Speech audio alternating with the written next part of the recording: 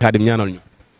yàlla baax na yàlla defar lépp si barke weeru koor gi ñu jub bi mbokk Kocc Barma Events yi muy sunu mbokk Baye Fall parce que rien que boo xoolee abi maam rek da nga xam ne góor yàlla la donc Serigne Khadim ñu dëgmal weeru shahru Ramadan muy weer woo xamante ne weeru bonus la weeru yërmande la ci ñun jaam ñi et que dañuy wax ne jaam yàlla bu ko oor rek ba weer bi normal donc yàlla goreel na la te mën na la jéggal sa mboole mi ñaawteef mais man nag sama mbokk Baye Fall yi man Baye Fall la te j'ai un frère boo xam ne Baye Fall la sama DG Baye Fall la léegi damay dégg ñuy wax benn affaire ci Baye Fall que Baye Fall yi duñu woor ba bëggoon nga am loo ma ci tënkal lu ndaw rek loo xamante ne lu jaam yàlla yi di seetaan mën a dégg la à propos les Baye Fall. waa léegi ñun Baye Fall daa am fu ñu tënku dëgg la muy si maam Cheikh Ibrahima Fall te maam Cheikh Ibrahima Fall nee na yéen Baye Fall ëllëg fa ñuy fayee julleeg woor man nekkuma fa te yéen tamit doo leen fa ne dafa am si leneen lu ñu dox muy joxe ndogu. kon yéen par exemple wooru leen mais da ngeen di joxe ndogu. dañuy joxe ndogu waaw ñun loolu la ñu sas waaw ñu ñaan maam nag mu dooleel ñu bu baax a baax a baax a baax. waaw am na daal loo xamante ni moo ci ëpp farata ci ñun muy maanaam di joxe ndogu. dëgg la macha allah waaw parce que tamit Baye Fall moom lépp lu mu def it ci xam-xam la ko teg. dëgg la waaw parce que amaana yàlla Seydina Mohamed moo ne maanaam nga jox benn doomu aadama mu xiif moo tax nga tabax moo gën nga tabax fukki juma.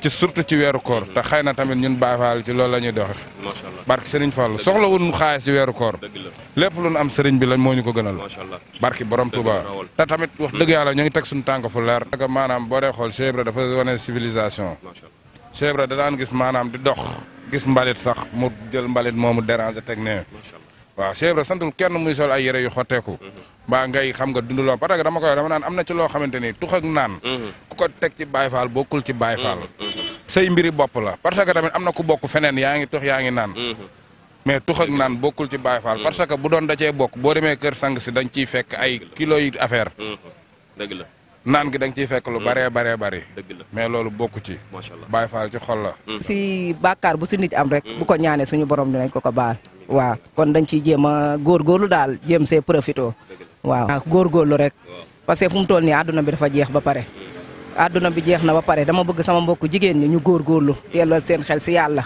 tey jaamu yàlla di ko topp parce que lii nii amul benn solo li ñuy def parce que tey ji lépp dañ ko fi bàyyi dem te àdduna bi jeex na ba pare tey ji da ngay dégg nit feebarul sax mooy loolu waaw kon tey jii laa ñuy woon lépp mais ba tey rek delloo wuñ suñu xel si yàlla waaw dama leen bëgg nag ñu delloo seen xel si yàlla xam ne àdduna bi jeex na jaamu yàlla di sol lu yiw di sol lu yàlla bëgg mais tey jii koor ñëw na naa sol lu yiw defe na yow yàlla ngay nax fekk yow sa bopp nga nax bu paasee nga dellu si bon amul njariñ kon koor ga ngay koor dèjà amul njariñ waaw jigéen dafay yiw waaw dafay yiw di sol lu baax di sol lu yiw waaw. maaleykum salaam. ñu ngi lay ziar bu wér-wér di la baalu ak ci weeru koor gi. baal nañ la. tur bi naka la. Ibrahima Sarr. Ibrahima Sarr taximan. d'accord donc Ibrahima Sarr li ñu bëggoon tey mooy ginnaaw bañ la baaloo ak ci weer wu dëgg wu sell bii ñu dëgmal ñun waa Kocc Barma Events dañ la bëggoon laaj tey weeru koor chauffeur taximan yi nañ lañ koy dundee est-ce que chauffeur taxi dinañu woor. waaw chauffeur taxi comme ñëpp rek am na ñuy woor am na ñu dul woor li ñu koy dundee nag mooy di teel a xëy di teel a wàcc. waaw noonu lañ koy dundee teel a xëy di teel a wàcc. waaw dina xaw a metti tuuti quoi ndax ak tàngaay bi mais da ngay teel a xëy rek teel a wàcc. macha allah d'habitude yow weeru koor ban heure ngay faral di xëy ak ban heure ngay wàcc. waaw comme ay buñ salaatoo ba pare rek boo jullee suba ba pare rek ngay xëy wala ñoon bu ñu waaj a dogu rek nga wàcc ndogoo sa kër. d'accord mais nag damay dégg gars yi di wax ne chauffeur taxi yi ñeme wuñ koor de loolu moom dama koy dégg lu bari xaw ma ndax dëgg la ne yaa leen di waxal nag yaa leen représenté yow yaay wax Ibrahima Sarr à travers tous les taximans du Dakar Ibrahima Sarr gars yi ne taximan yi duñu woor parce que ay kii lañ daal xaw ma nag loo ci wax loolu. ah xam nga foo loo gis rek am na ñuy woor am na ñu dul woor moom mais man moom de ma part personnelle man moom damay woor moom. li bëggoon wax mooy est-ce que liggéey bi dina tar boobu noonu ci koor gi quoi. waaw dina xaw a metti quoi parce que client yu bëri dootuñu dox heure bi ñu doon dox parce que koor gi bëccëg gi moom presque doo gis kenn suba gi la nit ñi di xëy dañuy teel a wàcc. donc kon koor seen kaañ dafay wàññeeku ci li ñu mën a wax. waaw koor gi moom liggéey bi dina xaw a wàññeeku mais sant rek alhamdulilah. da nga tàmbalee sa njëlbeen ba xam nga pour nga def ko du doon loo xamante ni lu metti la bon dama koy woor comme ni nga ko waxee rek dama koy dugg si bismillahi rahmaani rahim génn si alhamdulilahi rabi alamin ñu ñaan yàlla sunu borom ñu mottali lépp xam nga may ñu jàmm ak salaam rek ba ñu mën kaa woor si jàmm ak salaam fekke lépp tal ko waaw amin donc loolu li mu wax c'est très important parce que koor dañ la koy tàmmal à bas âge donc kon waajur yi da nga leen di ñaax ñu gën a teel a tàmmal seen doom yi ñu mën a nekk ci koor bu ko defee bu ñu màggee ñu mën a nekk wàll ak moom c'est très important donc li may wax mooy que ne ñun nante yi d'habitude dañuy faral di woor mais duñu julli dañuy nelaw ba benn heure bi te loolu digle wuñ ko ci koor donc boo doon ak gel yi ak xale yu jigéen yi des fois nga woor ba tàkkusaan génn gars yi toog ci taatu comme fii ñu la fekk nii di xool xale yi te loolu xam nañ ne day yàq koor donc soo doon conseiller gars yi lan nga leen di wax ñu benn melokaan bu ñu war a am ci koor gi lan nga leen di wax en tant que jeune. gannaaw ba weeru koor moom yàlla sunu borom daf ko bind te yemaalew ko dara. ci kaw suuf. bon bëri na si sama génération bi ñoo xamante ni ñu ngi koy def te xamuñu exact lan mooy weeru koor. xam nga surtout si loo xamante ni xam nga. weeru jéggale la xam nga. yàlla sunu borom da si def lu bëree bëri. si kaw suuf mais amaana am na jeunes yu bëri yoo xamante ne ñu ngi dox nii rek naan weeru koor te xamuñu exact la mooy weeru koor waaw ñu ne la dee si jaamu yàlla dee si sellal xam nga te ñu ne la tamit aussi boo wooree sa lépp dafa war a woor xam nga gannaaw ba fi place publique la mënoo ñàkk bañ a xool boo gëmee yàlla nag kenn bañoo nga xool mais nga limité sa xool bañ a topp action ba mu sës boo gëmee yàlla nag di nga xam bu baax fi ngay teg sa bët waaw man moom dama part personnel moom dama am jabar moom wax dëgg fa neex yàlla aw ma fenn foo xamante ne dinaa fa teg sama bët moom waaw da nga bëgg sa jabar te yem ci moom noonu la fa demee nag loolu am na solo waaw loolu am na solo pour l'instant nii moom benn jigéen fa xatul sama bët moom non en fait loolu wax la rek quoi mais nante avant tout moom musulman la bu juddu yaayam ak bàppam tuddee ko tudd bu sell quoi tuddee ko turu jullit dañ ne julli quoi donc boo ne du coup jullit nga il faut nga wuyu tur bi quoi waaw donc musulman pratiquant quoi foog ngay pratiquer oui pratiquer waaw Serigne Khadim est-ce que yow di nga woor si dinaa woor weeru koor weer la boo xam ne weeru bonus la waaw ci ni ma la déggee nga wax ak nga ne nit ki waroo di woor weeru koor rek ngir séntu àjjana weeru koor yàlla da ko def pour mën la dimbali nga tàggat sa bopp loolu am na solo donc dernier mot bi nga xamante ne moom ngay tëjee di ko wax lu beeg sa copain yi gis naa sànq bu dugg si rek ngeen reetaan xaw ma nag lu ngeen di ree donc moo bëggoon benn message boo xam ne da nga koy véhiculer say copains ak à travers jeunes yi nga xam ne ñu mel ni ñun la ñuy xool lan ngay wax foofu bon man je me dis que dañu ne aju waaw màggal màgg xam nga li ma la wax koor fort mais li nga wax garaaw na de c'est pas ko reprendre ba xanaa ngay rab non pas même pas sax nga ne aju waaw genre di nga si recevoir le plus quoi pour ceux qui ont une xam nga après bi ci tegu loo wax màggal màgg kon si nit ce qui veut dire que nit ki su demee màggal dafa war a màggee foofu su wooree mais pas pour se réduire je comprends léegi koor gi soo ci jógee da nga war a fort macha allah waaw koor gi moom ñun koy dundee ñun ay saaba Seydina Isa lan waaw ñun ay saaba Seydina Isa lan waaw ñun bàyyi laay lañu gëm te ñun dañ ñoo yar si diine yar ñu si lislaam te weeru koor bu jot dañ koy seenal def si li si war yëpp comme nee na weeru koor moom boo jaamoo yàlla benn mu fay lay junni kon luñ si mën a dañ siy góorgóorlu di wax tamit jeunesse bi ak ñëpp xam nga at yi dafa bari at bi yàlla may na si benn weer boo xamante boo ko si jaamoo mu multiplier la say ngëneel defal la say bëgg-bëgg si loo xamante ni rek yàlla mën na defal façon xéewal bu nekk kon bu ñëwee lépp li nga xam ne da nga daan def safaan bu ñëwee war nga si profité weeru profité la moom li may wax mooy jeunesse bi xam nga nga si profité ñaanal si Sénégal xam nga balaa bi yii nii xam nga affaire yi gën a dox yàlla defal jàmm jeunesse bi ñu gëm seen bopp nag xam ne xam nga nit bu gëmee sa bopp rek mën na am lu nekk dama si profité si loolu dama bëgg jeunesse bu gëm boppam parce que gëm sa bopp da lay may lu bari donc tey ñu ñëwoon ci dëgg njëlbeenu koor gi ñu génnoon fii Yoff donc ñu bëggoon leen tàllal micro rek à travers koor gi nga xam ne moom lañ dëgmal ñu wax ñu tey lan ngeen di wax ci weeru koor ak ndaw bu dëgmal weeru koor ban comportement la war a yor ñu leen ko doon laaj. affaire yi kay moom sellal rek xanaa xam ne lu yàlla santaane la. xam nga du lu xamante ne ni sëriñ moo ko wax yàlla moo ko santaane. waaw waxi suñu borom la. li ñuy def rek mooy jéem a oor. xam nga jéem a def li yàlla santaane mooy tonduku yàlla mosul ñu saytaane. ba xamante ne ni suñu mébét mooy koor yàlla dafa ñu loolu ñu dugg si bismillahi rahmaani rahim génn si alhamdulilahi rabbil alamin loolu de la ñuy ñaan. jaajëf léegi dégg nañ moom li mu wax sama wax mooy que ne weer bi weeru bonus la et que kenn ku ci ne da nga ci war a mën a góorgóorlu ngir defaru ci parce que weeru bonus la comme ni ñu koy waxee léegi yow frère ma tur bi naka la sax. man Fallou la. Serigne Fallou waaw yow Serigne El Hadj Guèye nga ñu ngi lay ziar Serigne Fallou. donc li ma bëggoon laaj mooy que tey weeru koor bi soo doon wax tey jeunes yi ban comportement la ñu war a yor durant mois ramadan bi soo wooree nan nga war a comporter ak soo après soo wooree lan nga war a ban melokaan nga war a yor. non ñun moom xam nga li ñuy wax rek parce que ñun ay musulman leen comprendre nga.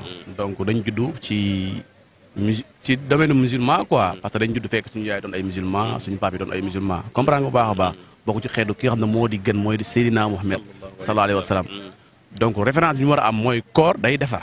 loolu la ñu wax n'est-ce pas koor loolu tax ñu génnee koor. pour gars yi woor après bu ñu wooree tamit dañ ko war a si biir koor dañ ko war a sellal. li yàlla wax ñu di ko def li mu teree ñu di ko bàyyi. après koor tamit loolu moo war a daw. dans les normes képp kuy jeune boo génnee ci koor donc waratoo def loo xam ne da lay delloo ginnaaw quoi pour man da nga war a def loo xam ne nii yow da la war a avancer loo mais pas lu lay arrière loo. surtout koo xamante ni tey xam nga même boo jàngul tey xam nga ak technologie bi ni mu avancé xam nga li yàlla wax ak li mu tere donc kon dañu war a jógee ci koor war a nekk beneen doomu aadama surtout ñun jeunes yi bu ñu bëggee instant bi nii dëkk bi dox dëkk bi avancé àdduna laay bokk il faut ñu gëm l'islam teegu gëm na yàlla moo am kenn la yonent bi gën ci bindeef sallallahu alayhi wa sallam yàlla moom moo ko yónni te mooy dernier prophète te bépp prophète tamit avant Mouhamed yàlla moo ko yónni boo xasee gëm xam ko rek jeex na xam sa wareef nga di ko def dañoo war di woor tu vois parce que woor lu am solo la déjà si côté santé bi ça joue beaucoup ndax am na yenn feebar yu bëri yu sew-sewaan yoo xamante ne daf koy dindi ci yow tu vois léegi donc côté religieux aussi sunu diine daf ñu ko santé donc dañu war di woor pour mën a mottali sunu diine di wax ñun tamit xale jigéen ñi sunu comportement dañ ko war a xoolaat ci weeru koor gi parce que am na surtout côté solin bi waxin bi ak notre façon de vivre de tous les jours dañu war di changer xam nga ñu gën a yiw gën a muuraat suñu cër yi am na yenn yoo xamante ne nag mënul ñàkk.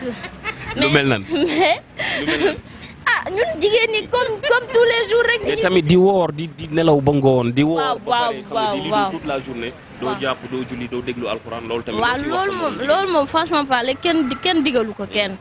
ay woor nee nañ déjà dafay mottali sa diine donc am na yenn yoo xamante ne jeu de hasard yoo xamante ne jaru ko ñu siy dugg. ay nekk fi di li doo gauche droite woor ça rime pas avec nelaw bu bëri aussi.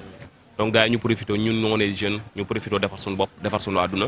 et merci beaucoup ñaaña noonu la demee nga ne jaamu yàlla. xale moo koy def macha allah kon jaamu yàlla xale moo koy def yàlla cag mag la sa xale la gën a soxla si sama mi yow looy sànni ci kàddu yi nga xam ne moom la ñaaña wax.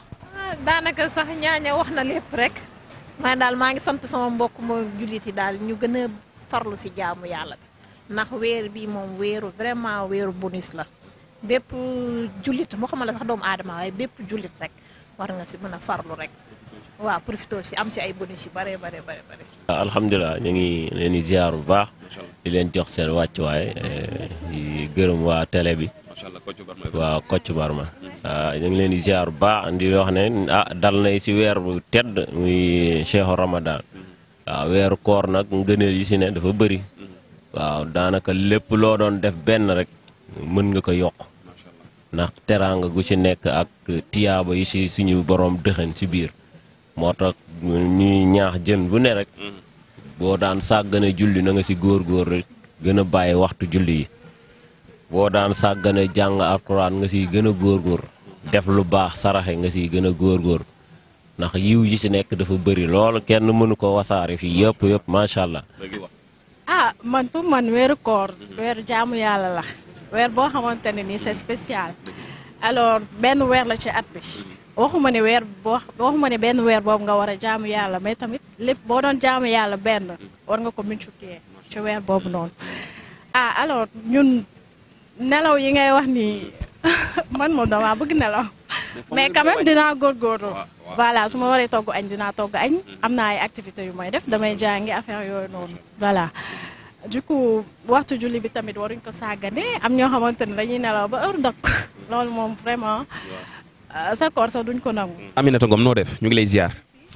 li ñu bëggoon xam mooy Kocc Barma ñu tàllale micro pour nga wax ñu tey soxna yi comportement bi ñu waree ci koor ak koor nan lañ koy dundee ak yow naka nga koy dundee ak boo doon conseil sa moromu jigéen ñi lan nga leen di wax ci weeru koor mën ko def pour am yàlla. ah man moom comme ni ko suñu tonton bi waxee rek ak sama mag bi rek la yaakaar naa wax nañ lépp. bu ñu waxee rek mel na ni wax nañ. waaw nañ ko sellal rek. macha allah ñu sellal ko. yàlla yokk lañ doon jaamu yàlla. donc tey ban comportement la jigéen bu woor war a am au long de la journée tey bu fekkee ne yow suba da ngaa ko suba ban comportement boo xamante ne moom ngay wax jigéen ñi ne noonu la ñu war a am. lan leen di wax. sol lu yiw rek. te bañ a fàtte waxtu julli yi. macha allah lu important. waaw te bañ a fàtte waxtu julli yi. macha allah te gën a yokk jaamu yàlla rek. loo ko doon jaamu benn nga yokk ko. comme weer bi moom weeru bonus la. loo si def ñu fayal ko ba yokkal ko daal nañ góorgóor rek jaamu yàlla. Aminata Ngom noo def ñu ngi lay ziar. li ñu bëggoon xam mooy Kocc Barma Events ñu tàllale micro pour nga wax ñu tey soxna yi comportement bi ñu waree ci koor ak koor nan lañ koy dundee ak yow naka nga koy dundee ak boo doon conseil sa moromu jigéen ñi lan nga leen di wax ci weeru koor mën ko def pour am yàlla. man moom comme ni ko suñu tonton bi waxee rek ak sama mag bi rek la yaakaar naa wax nañ lépp. bu ñu waxee rek mel na ni wax nañ. waaw nañ ko sellal rek. macha allah ñu sellal ko. yàlla yokk lañ doon jaamu yàlla. donc tey ban comportement la jigéen bu woor war a am au long de la journée tey bu fekkee ne yow suba da ngaa ko suba ban comportement boo xamante ne moom ngay wax jigéen ñi ne noonu la ñu war a am. lan leen di wax. sol lu yiw rek. te bañ a fàtte waxtu julli yi. macha allah lu important. waaw te bañ a fàtte waxtu julli yi. macha allah te gën a yokk jaamu yàlla rek. loo ko doon jaamu benn nga yokk ko. comme weer bi moom weeru bonus la. loo si def ñu fayal ko ba yokkal ko daal nañ góorgóor rek jaamu yàlla. donc j'espère que ça a été clair si sa bi li mu wax leer na weeru bonus la ñu gën a yokk jaamu yàlla ñu tourné ci beneen muuraay bu rafet bii moom soxna si noo tudd. man Maam Ken. Maam Ken ñu ngi lay ziar. ñu ngi delloo ziar di la wax ci weer bi. baal ñu wax ne dëgg man lañ ko suba. waaw donc loo ñu mën a wax. ñun nañ tey. ngeen tey. waaw kon kay alhamdulilah alors donc tey noo dundee koor gi tey comme yow tey nga koor gi c'était abordable parce que tàngul woon. dans l'ensemble ça va daal. macha allah ak ni nga muuroo nii sax dafa yiw ba ni nga ko nar a continuer ci weer bi. amiin j'espère. boo amoon benn message bu ndaw booy lancé jeune fille. parce que nee jigéen ñi moom benn wax bi la nelaw ba ngoon. cappal génn tu vois sol lu leen nekk donc lan ngay wax sa mbokku jigéen ñi surtout jeunes yi. man li may wax mooy comme koor dafa metti xam nga xiifal fajar ba timis après yàlla def ko mu nul loolu dafa kii daal c'est pas kii donc nañuy góorgóorlu di sol lu yiw respecter waxtu julli yi gën a yokk suñu connaissance ci diine bi lépp lu ñu mën a apporter ci kii lu baax ñu def ko changer comportement yi surtout dans l'ensemble daal lu yàlla sante yëpp ñu jéem ko def même si mënuñ def lépp mais ñu gën a def le maximum comme ça ñu gën ci kii daal am ci tiyaaba